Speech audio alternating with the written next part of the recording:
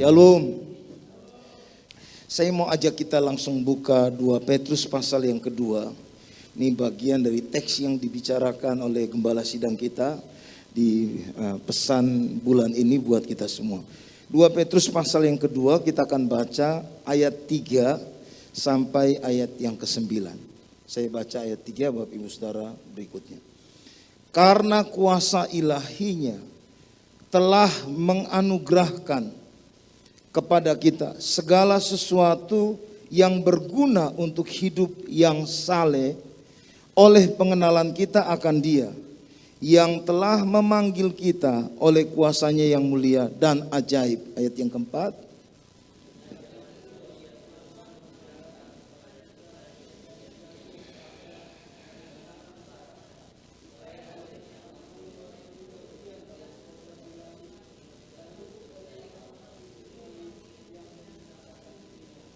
Ayat 5, justru karena itu, dibilang apa?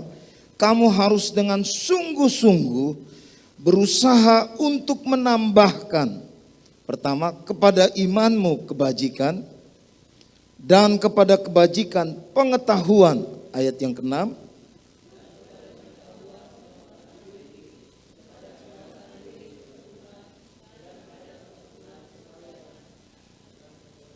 Dan kepada kesalehan kasih akan saudara-saudara, dan kepada kasih akan saudara-saudara kasih akan semua orang. Ayat yang ke-8.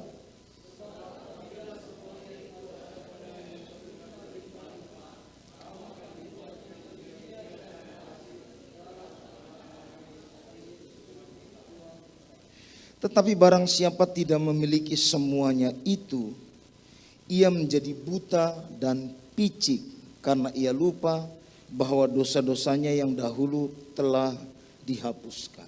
Bapak Ibu Saudara, mari perhatikan teks ini. Sejak kita menerima Tuhan Yesus, kita sedang menjalani 2 Petrus pasal 2 ayat 3 sampai ayat yang ke-9. Jadi sejak saudara dan saya terima Yesus, kita sedang masuk di area ini. Nah, bulan yang lalu Paniko itu mengutip teks dari Yesaya, lalu kemudian menganalogikan bahwa ada kelompok Kristen yang disebut Kristen padang gurun, yang lainnya yaitu Kristen buah-buahan. Pertanyaan saya buat saudara dan saya begini, kita yang mana? Apakah kita Kristen padang gurun atau kita Kristen buah-buahan? Dalam teks ini juga Bapak Ibu Saudara, kalau lihat, saya langsung masuk di poin ini, ayat 8 dan ayat 9. Ini bicara tentang konsekuensi dari perjalanan hidup iman Kristen. Nah, kalau kita tidak seperti yang dibahasakan dalam analogi yang Paniko kutip, yaitu Kristen padang gurun, berarti pasti kita Kristen buah-buahan.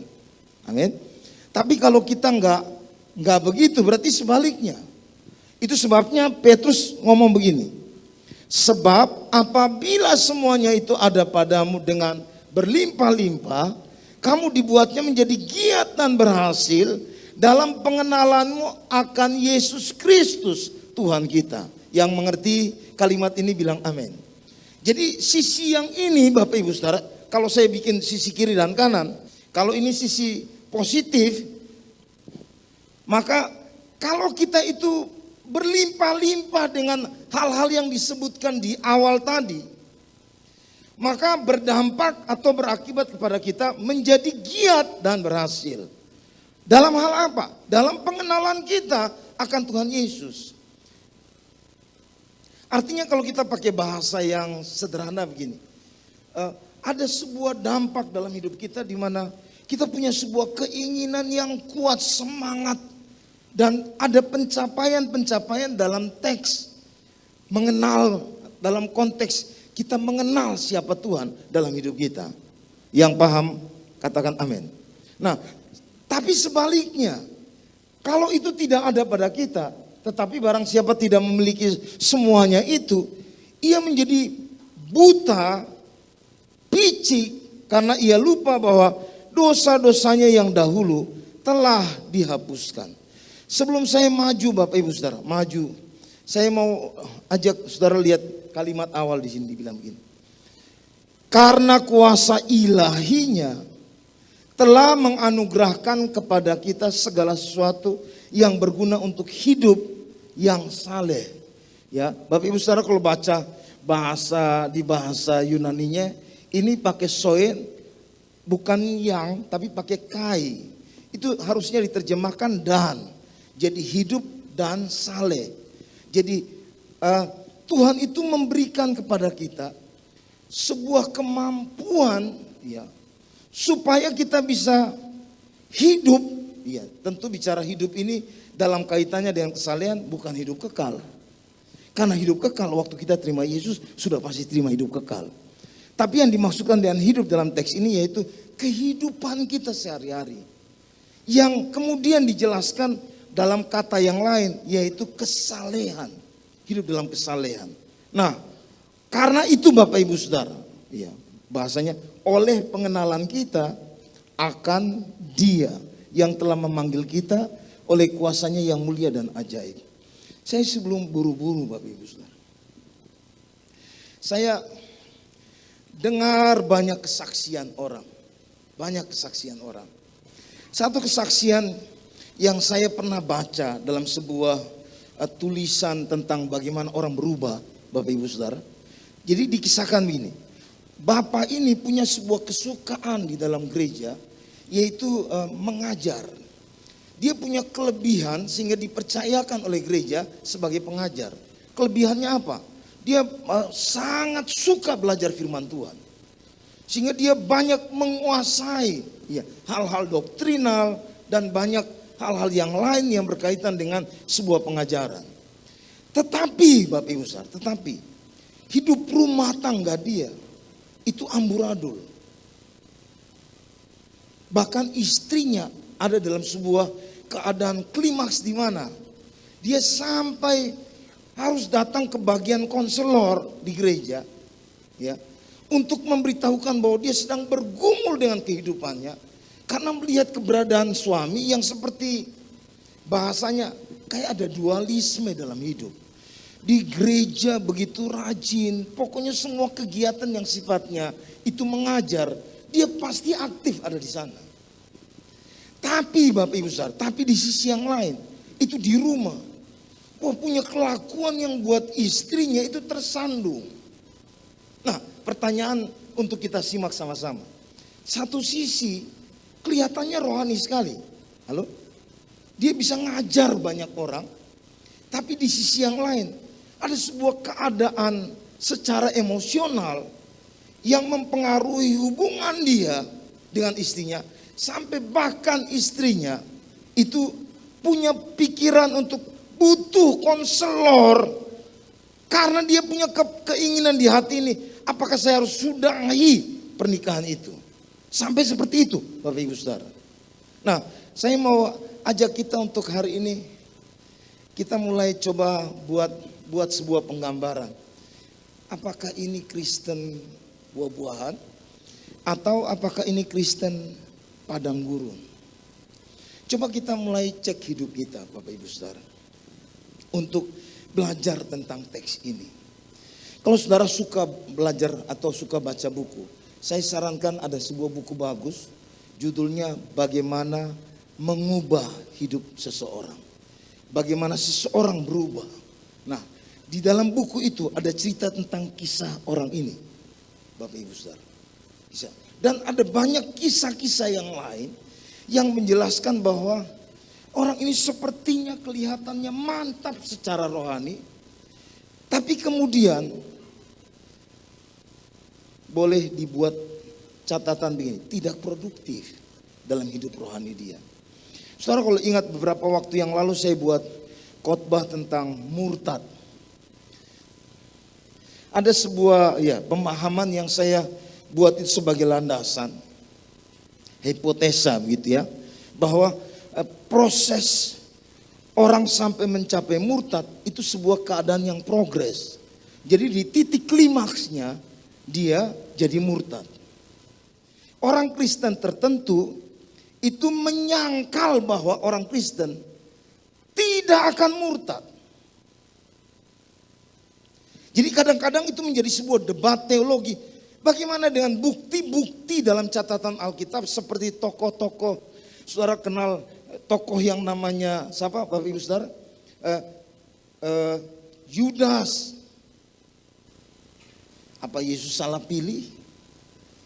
Atau mungkin dia masuk dalam konteks bahwa itu klimaks daripada sebuah langkah atau pilihan-pilihan yang salah dalam kehidupan dia. Nah, jadi ada sebuah perdebatan serius. Makanya buat kelompok orang-orang Pentakosta atau orang-orang yang pahami tentang yang pegang konsep ya Armenius, itu percaya bahwa kita punya ini loh, pilihan yang kuat yang bisa membawa hidup kita keluar dari panggilan Tuhan. Buat orang Calvin tidak bisa, itu tidak bisa. Orang yang ditetapkan untuk selamat pasti tetap selamat. Ini dua hal yang perlu ada bukti-bukti yang banyak untuk memberikan argumentasi. Tapi saya harus bilang ini buat Bapak Ibu Saudara. Petrus dalam teks ini, dia kemudian menjelaskan di ayat ini. Barang siapa tidak memiliki semuanya itu, ia menjadi buta dan picik. Karena ia lupa bahwa dosa-dosanya yang dahulu telah dihapuskan. Jadi ada orang yang sudah berjalan dalam konteks iman Kristen. Tapi kemudian dia dikategorikan sebagai orang yang buta atau orang yang picik atau orang yang lupa akan kasih karunia Tuhan yang sudah dia terima. Saya berdoa biar kita tidak ada di peran seperti itu. Tapi Bapak Ibu Saudara, tapi kita harus pahami bahwa ada kebutaan rohani yang perlu kita harus koreksi dalam kehidupan kita. Ada bagian yang gelap, ada bagian yang tidak bisa terlihat. Seperti kita lagi bawa mobil, ya. Mobil kalau tinggi itu ada bagian titik-titik tertentu yang kita nggak bisa lihat sekalipun ada spion kiri kanan. Black spot, ya, ada black spot. Jadi ada bagian kita perlu cek hari ini Bapak Ibu Saudara. Ini ketika Paniko bahas ini saya mau lihat, mau amati teks ini. Supaya kemudian kita jadikan sebagai general check up untuk cek hidup kita. Sampai di mana perjalanan panggilan kita ikut Tuhan Yesus. Nah, mestinya kita ambil bagian dalam kodrat ilahi. Sehingga luput dari hawa nafsu, tidak hidup dalam hawa nafsu. Yaitu memuaskan semua keinginan-keinginan kita. Tetapi yang terjadi justru yang kita kejar seolah-olah bukan Tuhan. Nah, makanya saya buat judul Kristen Padang Gurun atau Kristen Berbuah. Saudara, mari lihat beberapa hal berkaitan dengan kebutaan atau picik atau lupa. Baru kemudian kita maju untuk bahas yang mestinya kita lakukan. Yang pertama kita baca sama-sama. 1, 2, 3. Meremehkan kehadiran dan tabiat dosa yang tinggal atau yang masih ada dalam diri saudara dan saya. Saudara, saya buat catatan begini. Masalah terbesar hidup kita bukan karena faktor-faktor eksternal, sesuatu yang datang dari luar, tapi yang sebenarnya yang ada di dalam hati kita. Coba mari saudara, mari coba cek ini ya. Kita itu paling sering suka menyalahkan situasi, menyalahkan sesuatu yang datang dalam hidup kita, menyalahkan orang lain yang ada di sekitar kita. Padahal masalah yang sebenarnya yaitu hati kita yang perlu diberesin. Saya senang Bapak Ibu Saudara dengan satu pelajaran ketika kami sedang belajar tentang konseling biblikal Bapak Ibu Saudara. Itu profesornya bilang begini, sang profesor bilang begini, masalah hidupmu, orang dunia, falsafah dunia, masalah dalam hidup pribadi seseorang, itu karena faktor di luar. Tapi dalam konseling biblikal, masalah dalam hidup seseorang, itu karena faktor di dalam dia. Halo, saudara bisa coba garis bawahi itu lalu kemudian mari pikirkan. masalah dalam hidup kita bukan karena sesuatu yang dari luar, tapi sebetulnya hati kita. Hati yang belum beres ini, ada sebuah harapan-harapan yang palsu, ya, bukan yang ilahi dalam diri kita. Sehingga ketika kita berhadapan dengan sebuah benturan karena sesuatu yang datang dari luar, kita mulai berpikir bahwa itu yang dari luar yang jadi masalah. Padahal sebetulnya hati kita yang perlu diberesin. Catatan yang lain ya, mengapa orang meremehkan tabiat dosa? Ini karena begini, dan muncul reaksi begini, kurang tertarik dengan hal Injil. Karena dia punya keputusan bahwa dia tidak membutuhkan itu dalam hidup dia. Catatan yang lain Bapak Ibu Saudara berkaitan dengan poin yang satu ini, Galatia 6 dan Roma pasal 7 ini. Kita seperti sedang membangun farisi dalam hidup kita. Kayaknya rohani, tapi tabiat dagingnya tidak pernah diakui. Kita nggak mau mengakui bahwa keberadaan kita yang masih ada tabiat daging itu. Ketika kita nggak ngakui itu Bapak Ibu Saudara, kita nggak akan pernah lihat ada perubahan. Nah hari ini kembali ke diri kita Bapak Ibu Saudara. Kita pribadi yang mau berubah ini loh. Untuk bertumbuh, untuk berubah, kita harus mengakui bahwa ada tabiat-tabiat dalam diri kita yang perlu dibaharui. Yang mengerti sama-sama katakan amin. Nah, saya tulis catatan warna hijau di bawah. Betapa rentannya kita jika kita mengejar pengganti-pengganti Tuhan. Saya teruskan Bapak Ibu Saudara. Yang kedua, yaitu tentang penyediaan Allah. Saudara, kesalehan merupakan hidup yang menghormati Allah sejak kita percaya Kristus. Bahkan sampai pulang untuk bersama-sama dengan Dia. Ada penyediaan Allah. Apa penyediaan Allah? Tuhan sudah kasih segala sesuatu. Atau boleh dibilang ada potensi yang kita butuhkan guna hidup yang saleh itu. Bapak Ibu Saudara. Itu penyediaan Allah buat saudara dan saya. Nah, tapi hal yang ketiga, kita juga buta terhadap proses Allah. Kita diterima sebagai anak Allah. Itu bukan akhir dari pekerjaan Allah dalam hidup kita. Yang mengerti kalimat ini bilang amin. Amin. Saudara jadi anak Tuhan itu bukan pekerjaan akhir. Sudah selesai. Ada proses yang kita sebut sebagai kekudusan yang progres. Supaya pada akhirnya kita menjadi serupa dengan Kristus. Itu yang Tuhan mau kita sampai di sana. Sejak saudara saya mengenal Yesus, sampai pada waktu kita dipanggil Tuhan, itu adalah proses supaya kita jadi sama seperti apa? Tuhan Yesus. Nah, sampai di sini pun kalau kita mau tanya, terus sudah seberapa persen hidup saya dan saudara sama seperti Yesus? Nah, mari coba baca apa yang dibilang oleh ini Paulus. Kami mematahkan setiap siasat orang yang dan merubuhkan setiap kubu yang dibangun oleh keangkuhan manusia untuk menentang pengenalan akan Allah. Kami menawan.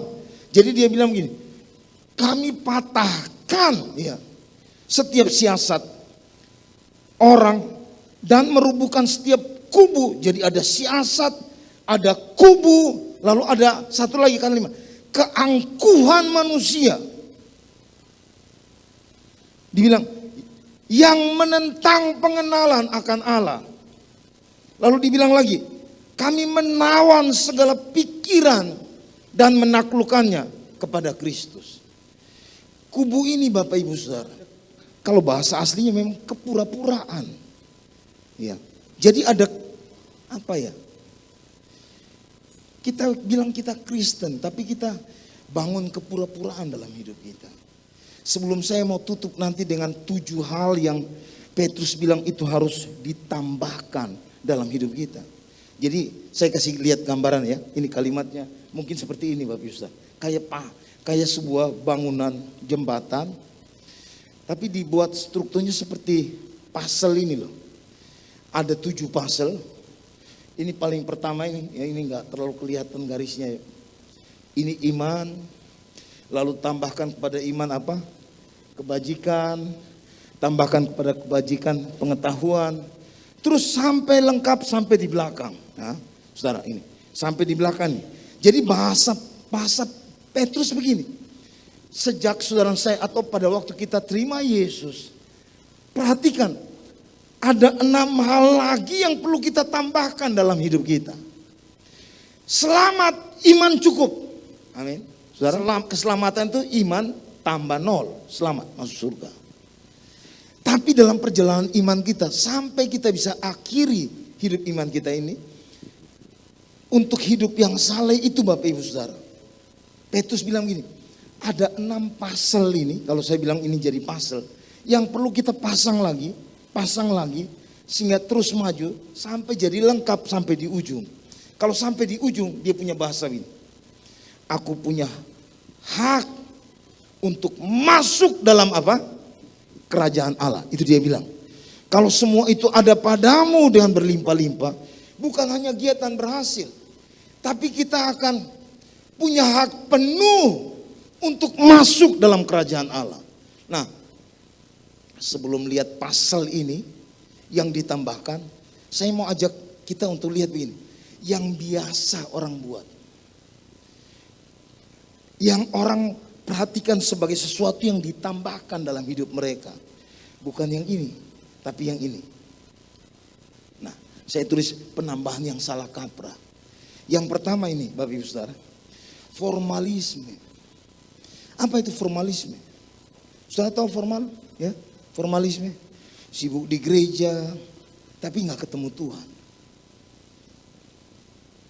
Ini Yesaya 1, Matius pasal 23 ayat 23 sampai 28. Jadi dia nggak terlalu peduli dengan kondisi rohani. Pokoknya asal sibuk, iya, datang gereja, yes. Pokoknya asal ada di gereja. Tapi dia anggap itu baik buat dia, dan itu rohani buat dia. Padahal ini hal yang salah kaprah ini, Bapak Ibu Saudara. Yang kedua, legalisme. Memandang Allah sebagai hakim yang kejam, pelit dalam anugerah. Sehingga menerapkan standar yang tinggi bagi diri sendiri. Bahkan mengutuki diri, Bapak Ibu Saudara, jika tidak memenuhi. Karena legalisme itu, Bapak Ibu Saudara. Sehingga dia melupakan bahwa ada anugerah Allah buat hidup dia. Yang berikut, Saudara, ini mistisisme. Ini mantap ini. Ada kelompok orang Kristen tertentu bisa keliling gereja, yang penting rasa hadirat Tuhan luar biasa. Saudara tangkap maksudnya? Ini kayak mistik. Bahasa yang pas itu kayak ekstasi rohani. Kira-kira paling mantap itu bahasa bilang ekstasi rohani. Pokoknya kalau bicara tentang hal yang ngeroh, dia sampai kejar kemana-mana hanya untuk merasakan emosi rohani dia. Saya ada buat beberapa titik. Iman memang melibatkan emosi, namun Injil tidak boleh diturunkan hanya sebatas kepuasan emosi manusia. Tahu, kita harus mengejar Kristus lebih daripada apa? Sekedar pengalaman-pengalaman ngeroh. Lalu ada aktivisme. Kalau hal-hal yang membela kebenaran, dia paling depan. Terus yang berikut. Ini yang tadi kayak tadi Bapak itu ya, jago ngajar, jago mantap, tapi ada yang tidak beres dengan kehidupan dia secara umum. Lalu ada lagi psikologisisme. Ini saya kemarin tanya sang profesor, Pak, saya setelah belajar tentang biblical counseling, saya mulai menyadari bahwa ada banyak falsafah-falsafah di luar falsafah Alkitab. Itu dikutip oleh kita dalam mengkonseling orang lain. Dan seolah-olah Alkitab tidak cukup untuk menjawab masalah orang. Sehingga kita ambil falsafah A, falsafah B. Setelah kita pelajari tentang falsafah konseling biblikal yang benar, baru sadar bahwa ternyata itu falsafah dari falsafah yang ini rupanya. Ini dari falsafah yang ini. Makin dipelajari makin bisa, ini masalah ini. Ini bukan pelajaran yang benar dari Alkitab. Ini cuma di Alkitabiahkan. Saudara tangkap maksudnya? Ada falsafah luar yang dibuat, kemudian diambil, lalu dicari Alkitab untuk membenarkan falsafah itu. Ada lagi Bapak Ibu Saudara, sosialisme. Ini paling banyak ini sekarang Bapak Ibu Saudara ya. Pokoknya bangun pagi langsung sosialisme ya. Ini sosialita ini Bapak Ibu Saudara langsung buka Facebook, apalagi Bapak Ibu Saudara, semua dibuka. Dia pikir itu baik untuk dia, padahal dia mengabaikan hal yang harusnya dia tambahkan dalam hidup dia. Dan hari ini mari kita cek, apakah kita ada di antara 7 hal ini atau 7 hal yang ada di bawah? Ya, 7 hal yang ada di bawah itu iman, kebajikan, Bapak Ibu Saudara, terus ada lagi apa? Pengetahuan, lalu ada penguasaan diri, ada ketekunan, kesalehan, kasih kepada saudara-saudara, atau kasih kepada semua orang. Kita sedang bangun hal-hal ini dalam hidup kita, atau bangun yang sana, yang 7 yang sana. Ini gak cukup lebar untuk saya buat kiri kanan, sehingga kita langsung bedakan, saya ini sedang bangun kebajikan dalam hidup saya, atau saya sedang bangun bukan kebajikan Bapak Ibu Saudara. Saya sedang bangun legalisme dalam hidup saya. Mari belajar. Apa yang dimaksud dengan kebajikan? Lalu kita cek hidup kita. Apakah betul saya sudah tambahkan itu dalam iman saya atau tidak? Bauer Denker menerjemahkan bahwa kebajikan itu karakter yang berkualitas, yang luar biasa, yang layak dipuji, unggul. Misalnya kebaikan, keberanian, dan hal-hal yang lain. Jadi dia bicara tentang ada karakter yang berkualitas, yang unggul, yang patut dipuji dalam diri hidup iman orang itu. Nah, mari kejar itulah kita tambahkan dalam hidup kita. Tadi saya belum bilang menambahkan itu seperti apa Bapak Ibu Saudara. Dalam kata menambahkan itu secara harafiah itu kitalah yang menyediakan, kitalah yang mengupayakan. Seperti seseorang yang misalnya begini Bapak Ibu Saudara, ini kan mau Natalan nih ya. Nanti ada penyanyi yang tampil misalnya, atau ada paduan suara, atau anak-anak sekolah minggu yang mau tampil.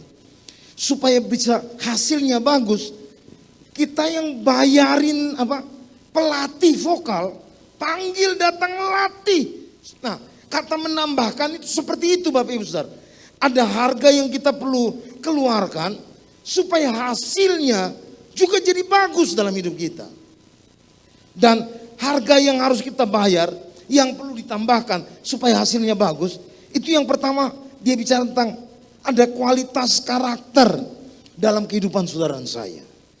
Yang berikutnya Bapak Ibu Saudara, pengetahuan. Ayo, kata pengetahuan itu dikaitkan dengan punya informasi, pengetahuan yang cukup, yang banyak dalam kehidupan dia. Baik tentang Tuhan maupun tentang manusia. Itu harus kita tambahkan dalam hidup kita. Terus kemudian yang berikut Bapak Ibu Saudara, penguasaan diri. Ini kata ekrateia, ini terutama merujuk pada hal-hal yang berhubungan dengan faktor seksual. Coba kita renungkan hari ini ya. Kenapa penguasaan diri berkaitan dengan apa? Seksual. Alkitab bilang begini, Tuhan telah memberikan segala sesuatu guna hidup yang saleh itu. Termasuk bagian ini. Maju Bapak Ibu Saudara. Yang berikut ketekunan. Saya sudah bahas yang lalu, saya nggak usah bahas lagi Bapak Ibu Saudara. Tapi saya maju di bagian akhir daripada ayat ini bilang begini. Kalau itu ada berlimpah-limpah dalam hidup kita, maka kita akan dibuat menjadi giat dan berhasil dalam pengenalan kita akan Tuhan. Kalau hal-hal ini berlimpah-limpah dalam hidup kita. Mari perhatikan, tambahkan apa? Kebajikan dalam hidup saudara dan saya. Terhadap iman saudara. Setelah kebajikan itu ada, tambahkan pengetahuan. Belajar. Belajar tahu firman Tuhan. Belajar mengenal Tuhan Yesus. Tambahkan penguasaan diri. Kalau punya pengetahuan sudah ada, tambahkan penguasaan diri. Kalau udah punya penguasaan diri, tambahkan ketekunan, lebih lagi. Nanti kalau sudah ada ketekunan, biar makin saleh hidup kita. Kalau sudah makin saleh, ayo mari belajar mengasihi orang lain. Amin. Kita mengasihi satu dengan yang lain. Saya akan tutup dengan kisah Natal yang kemarin sempat dikhotbahkan oleh Bu Vinda. Kemarin teksnya Matius 2, betul ya? Nah, ini saya pakai Lukas pasal 2. Saya nggak khotbah Natal hari ini, tapi saya mau kutip aja. Kalau saudara pelajari teks itu, Yusuf dan Maria sampai di Bethlehem. Itu kalau bedah teks itu menarik Bapak Ibu Saudara.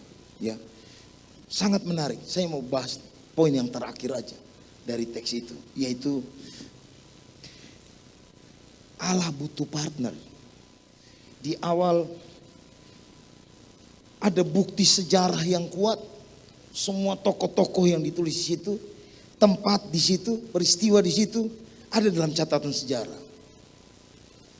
Lalu kalau Bapak Ibu Saudara perhatikan kisah itu Bapak Ibu Saudara, ketika Yusuf dan Maria sampai di Bethlehem, Saudara kalau belajar tentang gramatikalnya, kita akan ketemu kalimat begini Bapak Ibu Saudara, kalimat begini. Jadi sementara mereka ada di situ, kata sementara itu menunjuk kepada pengertian beberapa hari, bisa beberapa waktu, bisa 1 minggu, bisa 2 hari, bisa 3 hari. Maria dan Yusuf ada di situ. Jadi orang-orang di Bethlehem itu kampung Bapak Ibu Saudara, itu desa. Bayang, itu budaya timur, bukan budaya barat, budaya timur. Saya bilang budaya timur, kampung, supaya pikiran kita begini, loh kira-kira ada tamu datang dalam kondisi hamil besar, mau melahirkan. Orang-orang di hotel itu tahu bahwa itu ada orang hamil yang mau melahirkan. Tapi, saudara tahu catatan akhir dari kisah itu? Tidak ada penginapan di sini.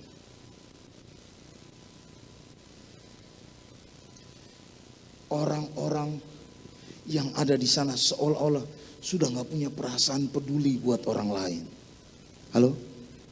Ini mau lahirin ini. Ini saya lagi bicara tentang kasih kepada saudara-saudara, kasih kepada semua orang itu. Jadi salah satu cerita Natal berkaitan dengan kasih persaudaraan. Itu kaitannya dengan gambaran itu. Udah tahu orang mau lahirin.